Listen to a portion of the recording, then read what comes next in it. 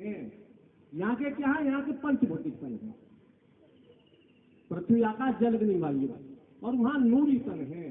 तो नूरी तन ऐसा है कि जिसमें करोड़ों सूर्य से ज्यादा तेज है। यहाँ तो हम एक सूरज की तरफ भी नहीं देख पाते, और जिसमें करोड़ों सूर्य से ज्यादा तेज है उसको कैसे देखेंगे। तो एक बार वहां ब्रह्मात्माओं की राज्य के साथ जो वहां लीला होती थी, तो दुख का खेल मान लिया।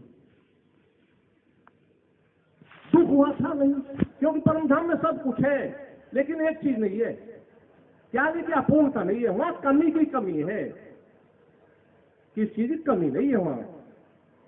अब उनको दुख का खेल दिखाने के लिए यहां इन ब्रह्मांडों की रचना कराई। अब जो है राज्य महाराज ने अपने 7 अंग के करोड़वें हिस्से से अक्षर ब्रह्म को प्रकट किया। समझने की बात है, करोड़वें हिस्से से अक्षर ब्रह्म को प्रकट किया। तो अक्षर के भी 4 अंत्यकरण है, जैसे राज्य के 4 अंत्यकरण है। राज्य का अंत्यकरण है मन, चित्त, बुद्ध, अहंकार, और ऐसे अक्षर के 4 अंत्यकरण है, मन, चित्त, बुद्ध, अहंकार। तो अक्षर ब्रह्म को प्रकट किया। तो अब राज्य ने ऊपर से आनंद की बूंद जो है ऊपर से डाली। जब आनंद की बूंद उसके जो 3 अंतःकरण है, जो ऊपर के चेतन है, जब उन पर आती है, तो वहां जैसे परमधाम में लीला होती थी ना, ऐसी लीलाएं होने लगी अक्षर ब्रह्म में, जिसको अखंड के लोग कहते हैं। जब वो आनंद की बूंद उसके मन पर आती है, जिसको अव्याकृत ब्रह्म बोलते हैं, तो वही आनंद की बूंद वो सुमंगला शक्ति बनकर उसको ऊपर बैठ जाती है, और वो चिदानंद लहरी का रूप लेकर लेट जाते हैं अक्षर ब्रह्म। उनको निद्रा आ जाती है, निद्रा आ जाती है, जो सुमंगला शक्ति है वो निद्रा दे देती है। उसकी निद्रा का ही नाम, इसी को महानिराकार कहते हैं, इसको महाशून्य कहते हैं, इसको क्षर पुरुष कहते हैं। इसको शास्त्रों में एक नाम है, कोई आदि ब्रह्म, हिरण गर्भ, क्या क्या नाम से इसको पुकारते हैं। तो वहां उसको निद्रा में करोड़ों अंडे दिख रहे हैं, क्योंकि ऊपर तो लाइट है, ऊपर तो नूर ही नूर है, और वो सोया पर आंख बंद है। जब आंख बंद है, ऊपर प्रकाश है, आंख खुल नहीं सकती, तो उसको करोड़ों अंडे दिख रहे हैं तिलने तिलने से। तो उनमें से अनंत समय बाद एक अंडा फटता है, जो सबलिक ब्रह्म है उसकी दृष्टि पड़ती है एक अंडे पर, तो उससे प्रकट होते हैं आदि नारायण। अब ये एक अंडे का जिक्र है जी, ऐसे ऐसे करोड़ों अंडे हैं, वो सारे फटे हैं, और सबके ब्रह्मांड बने हैं। अगर आपने एक समझ लिया तो सब समझ में आ जाएंगे। एक श्लोक है यहाँ कि सहस्त्राणी महाविष्णु, सहस्त्राणी महाविष्णु शंभु सतानीचे नेत्र भ्रमण में वास्य तदक्षरम परम पदम, कि अक्षर ब्रह्म के पलक झपकते ही हजारों महाविष्णु और सैकड़ों शिव प्रकट होते हैं और नष्ट होते रहते हैं। अगला श्लोक कह रहा है कि तस्मात् परतरम, कि अक्षर ब्रह्म से ही परे, यतु पूर्ण ब्रह्म सनातनम, जिसको कि पूर्ण ब्रह्म परमात्मा कहकर तो कहा जाता है, जो सनातनी है वे रहते हैं। फिर अगली लाइन कह रही है कि संबंधेन बिना राजंत तत्प्राप्त होती किंचन, कि उनकी जानकारी लिए बिना, उनसे संबंध स्थापित किए बिना वे किसी प्रकार प्राप्त होने योग्य नहीं है। इस तरह तो हमारे यहाँ देखो वैदिक धर्म वाले भी कहते हैं कि ओम तत् सत, ओम तो हो गया इनके यहाँ तक क्षर पुरुष, और तत् हो गया जिसको अक्षर ब्रह्म बोलते हैं, और सत हो गया साक्षात राज्य महाराज पूर्ण परमात्मा। इस तरह मोहम्मद भी कहते हैं ला इलाहा इल्लल्लाह, ला इनका क्षर पुरुष तक, और इला अक्षर ब्रह्म, और इल्लल्लाह साक्षात राज्य महाराज। क्षर अक्षर जाती है, वो तो सब के साथ दुनिया कहते हैं कि परमात्मा एक है, सबका मालिक एक है। अब एक कहने में आपको सब मिल जाएगा क्या? वो मान लो, समझ लो कि भाई परमात्मा का स्थान भाई दिल्ली है, हमने कहा दिल्ली, हमें इतना पता दिल्ली है, वो अपने परमधाम में रहता है, दिल्ली परमधाम है, हमको और कुछ पता नहीं, क्या हम उससे मिल रहे हैं जाके वहां? जब तक हमको उसका रास्ता ता पता गली मोहल्ला नहीं पता होगा, हम नहीं मिल पाएंगे। वो रास्ता कब आया वो रास्ता लाए स्वामी प्राणनाथ जी। वो रास्ता कहाँ है? सारा हमें ब्रह्मवाणी में। कैसे मिलेगा, कैसे जाएंगे, कैसे उसको पाएंगे। तो अब जो है वहां जब आदिनारायण प्रकट हुए, वो अंडे में विस्फोट हुआ, तो उन्हें प्रकट होते इच्छा करी एको सभी बहुश्याम। अब ये दुनिया रचने की बता रहा हूँ ये कि एको सभी बहुश्याम, कि मैं एक हूँ, एक सन एक हो जाऊं। जब उसने इच्छा करी, अब ये सारा जो है सारा कबाड़ा शुरू हुआ जी। कबाड़ा का मतलब सुपना, सुपना का मतलब कुछ नहीं। एको सभी बहुश्याम जब इच्छा करी तो उसकी इच्छा भी वहां रूप ले जाती है। उसकी इच्छा को बोलते हैं सप्त शून्य, सात शून्य, या इसको सचखंड बोलते हैं। यह स्थान है उनका राधा स्वामी वालों का, यह स्थान। अब उसके बाद उसको निद्रा आ जाती है, वो निद्रा में आता है। और फिर निद्रा में अपने आप को देखता है वो काल निरंजन के रूप में। इसको काल निरंजन, मोह तत्व, निराकार, प्राकृतिक पुरुष, इसको अलग नाम है इसके।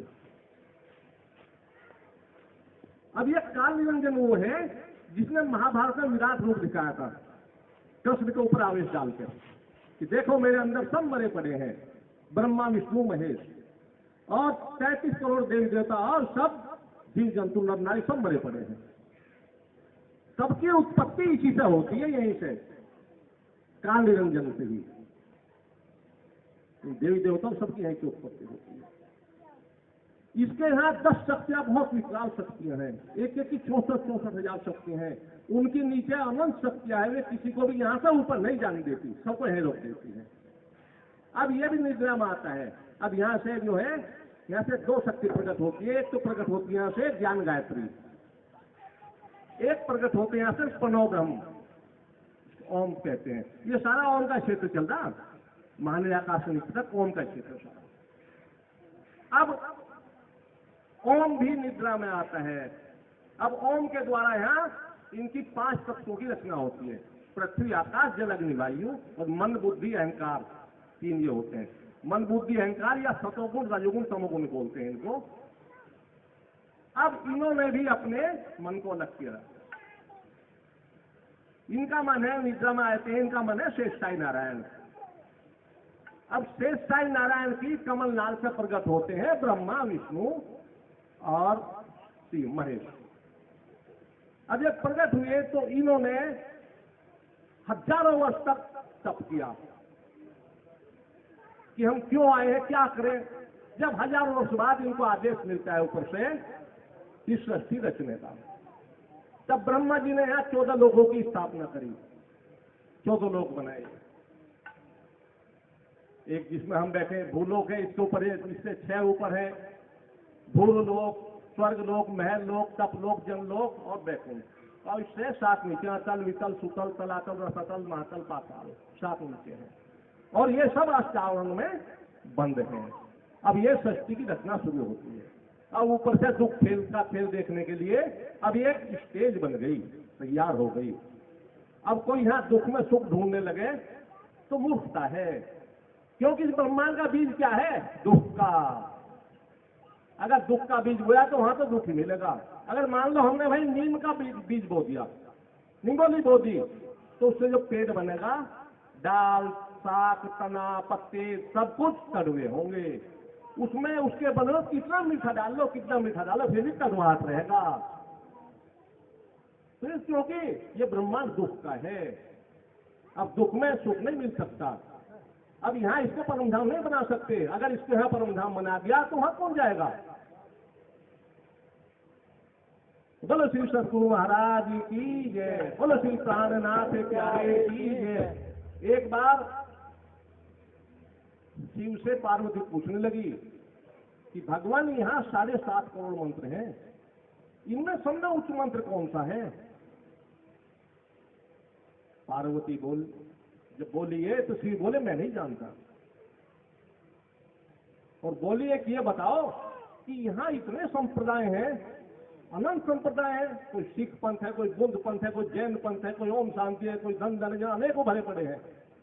इनमें वो श्रेष्ठ सबसे उच्च संप्रदाय कौन सा है जिसमें जीवों को अखंड मुक्ति मिले? बोले मैं ये भी नहीं जानता। तो शिव इस बात की जानकारी के निकल जाते हैं। सब जगह जाते हैं, सब देवी देवताओं के पास जाते हैं, कभी विष्णु का, ब्रह्मा, कभी किसी के, सब बोले हमको नहीं पता। तो बोले भाई मैं कहां से प्रकट होता हूं? तो बैठ के ध्यान में बैठ जाते हैं। ध्यान में बैठते हैं तो उनको आभास होता, आकाशवाणी होती है कि भाई तुम अपनी मां से पता कर लो। उनकी माता महाकाली, महाकाली के पास गए, प्रसन्न रखा, बोली मैं नहीं जानती। बोले तुम अपने बाप से पता कर लो भाई, जिससे तुम प्रकट होते हो। उनके पास गए, बोले बाप कौन है? बाप है तुम्हारा काल निरंजन प्राकृतिक पुरुष। उनके पास गए, वो बोले भाई चुप लगा जा, इस बात का उत्तर मिलना कोई रास्ता नहीं है, जिक्र न करे। लेकिन एक बाल हट होते हैं, बार बार जब हट करते रहे तो बोले कि भाई कुछ ऊपर है तो, लेकिन हमारी पहुंच से बाहर है, यह आभास है मुझे कुछ ऊपर है। बोले कि तुम समाधि में बैठ जाओ, तो उनको समाधि में बैठा देते हैं। उसके बाद अपने आप ही समाधि में बैठ जाते हैं काल निरंजन भी। अब इनकी तेज पहुंचती है जो महले आकर छठ पुरुष से तेज पहुंची, वो बोले मैं भी नहीं जानता, तो वो भी समाधि में बैठ जाते हैं। तो समाधि लगे 5000 युग बीत गए। अब जब 5000 युग बीत गए, अब इनका संपर्क होता है जो सुपन दिखा रहा है अक्षय ब्रह्म को, मन को, अक्षय ब्रह्म को। सुपन कौन दिखा रहा है? सुमंगला शक्ति, जो उसके मन के ऊपर बैठी है। जब सुमंगला शक्ति से संपर्क हुआ तो सुमंगला शक्ति बोली कि देखो असल को तो मैं नहीं जानती, लेकिन असल का अंश है, वहां भी लीला ऐसी होती है, ऐसी वहां असल में होती है। वो सब का रोगवांश है, उसको मैं जानती हूँ। फिर बोली कि शिव तुम किसी प्रकार वहां जा नहीं सकते, क्योंकि यहाँ का कोई भी पुरुष वहां नहीं जा सकता। वहां इतना आनंद है, वो स्वतः ही आत्म रूप में आ जाएगा इस रूप में, और फिर वहां से वापस आ नहीं सकते। और तुम्हारी जो रचना करी है ईश्वर ने, काल निरंजन ने, इस सृष्टि को चलाने के लिए करी है। यह संभव है। जब बार बार जीत करने कुछ तो बताओ क्या करूं, तो फिर उन्होंने बोले अच्छा ठीक है। तो उन्होंने उसका जो अखंड गौरव, उसका प्रतिबिंब उतारा, उसके प्रतिबिंब के दर्शन कराए। जब प्रतिबिंब के दर्शन करे तो शिव उसको देखकर इतने नाचे, इतने रोमांचित हो गए, उनके मुख से निकल रहा है हरे कृष्ण कृष्ण कृष्ण हरे कृष्ण कृष्ण कृष्ण निकल रहा है, और नाच रहे हैं, खड़े होकर नाच रहे हैं। जब 5000 युग समाधि होगी, अब तक पार्वती पूछती है कि भगवान क्या यही है क्या वो जो सबसे उच्च और श्रेष्ठ मंत्र है? बोले देवी नहीं, ये तो नहीं है, लेकिन इतना पता लग गया कि उसमें कृष्ण नाम है, वो 16 अक्षरों का मंत्र है।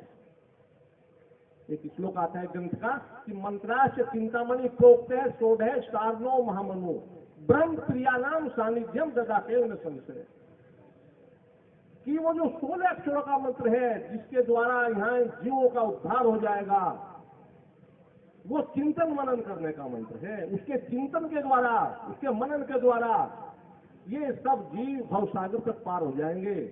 वो कहाँ मिलेगा? ब्रह्म प्रियानाम सानिध्यम ददाते न संशय, वो जब ब्रह्म मुनियों के द्वारा वो मंत्र प्राप्त होगा। तो वो मंत्र कौन सा है? ये मंत्र जो 7.5 करोड़ मंत्र में उच्च है। मंत्र तो है ही है, लेकिन क्या है? ये उनके श्रीमुख के वचन है।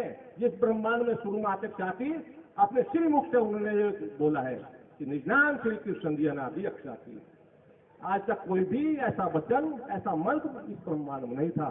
जब तो कहते हैं कि तारतम का बल कोई ना जाने, जाने मूल स्वरूप। इसमें इतनी ताकत है, इतनी ताकत है, इसका कोई अंदाज नहीं लगा सकता। इस तारतम में कितना बल है, तो इस पर चलो सही रास्ते पर। देखो तारतम लेने से है हमारा उद्धार नहीं होता। तारतम लेने से तो हम सुंदर साथ या मोमिनों की लिस्ट में नाम लिखा लेते हैं। कल्याण कब होगा? जब हमारे में तारतम दृष्टि आएगी।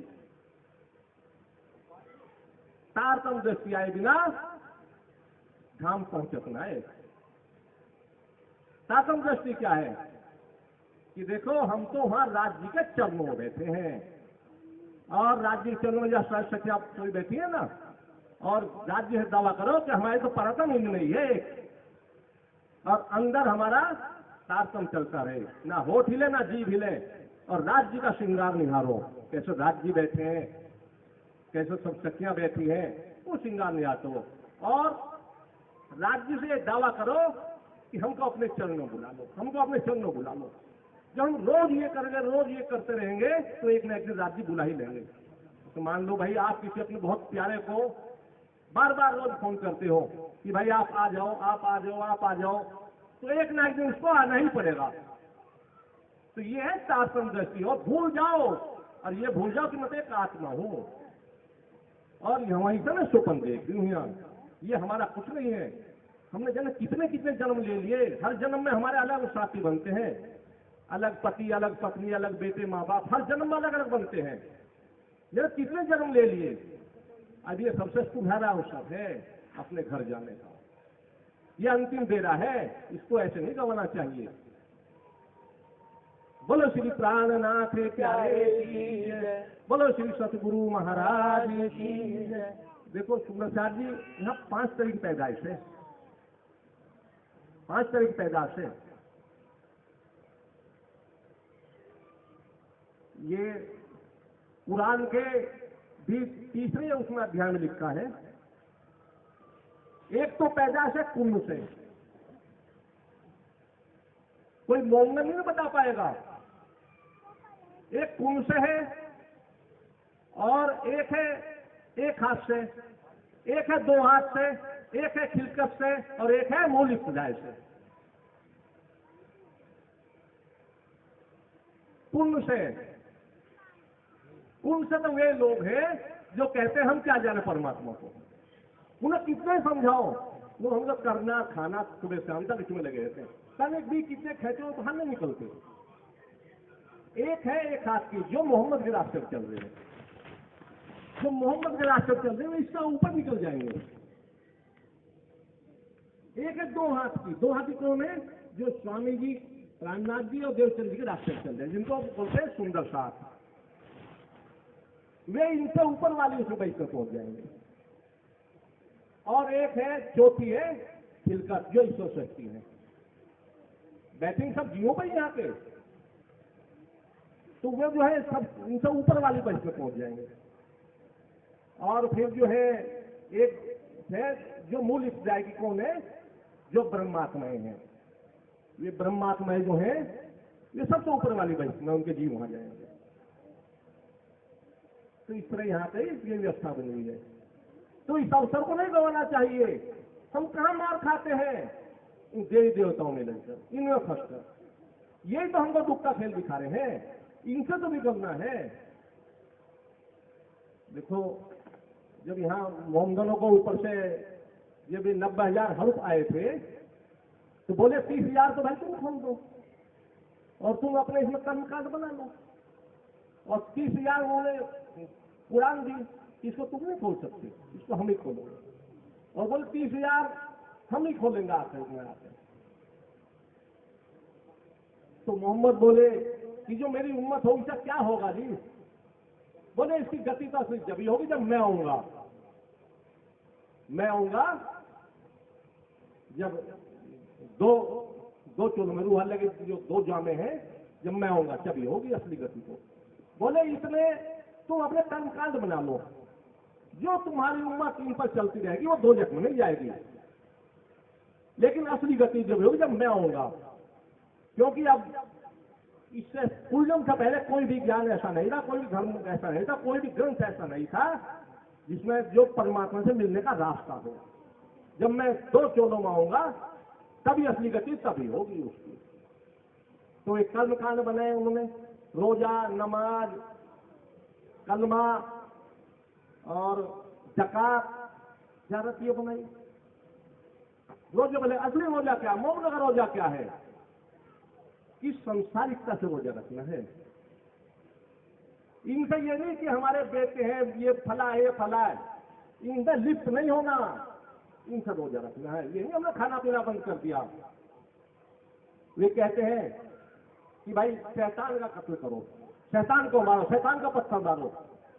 शैतान का कत्ल नहीं करना, उनकी सोच का कत्ल करना है। जो देवी देवताओं में अटके पड़े हैं उनकी सोच को इधर से बदलकर उधर लगाना है, परमात्मा को राज्य की तरफ। उनकी सोच का कत्ल करना है कि परमात्मा तो और है कोई। और यात्रा क्या है? हमारी यात्रा है आध्यात्मिकता की। हमें तो हर समय उसमें खोया रहना है, हर समय अपने राज्य में खोया रहना है। और हमारी नमाज क्या है? 24 घंटे की नमाज, सांस सांस निज नाम जो वो सांस में खोए, ना जाने सांस का आवन हो ना होए। कलमा क्या है?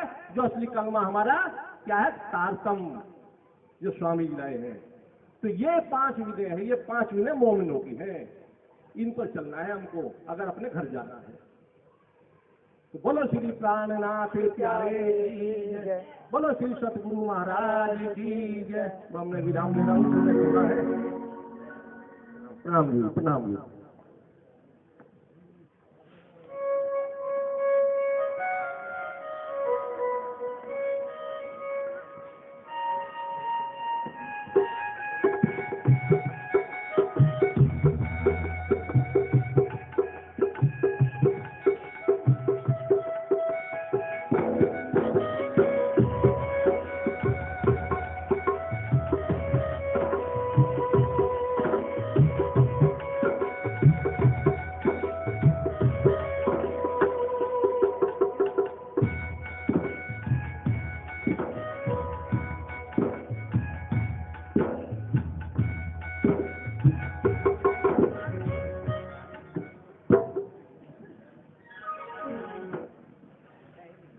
बोले कृष्ण कन्हैया लाल की, प्राणनाथ प्यारे की, सतगुरु महाराज की।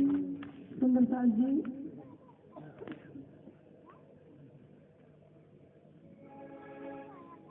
जो वार्षिक उत्सव होता है प्रतिवर्ष, उसी के उपलक्ष्य में राधा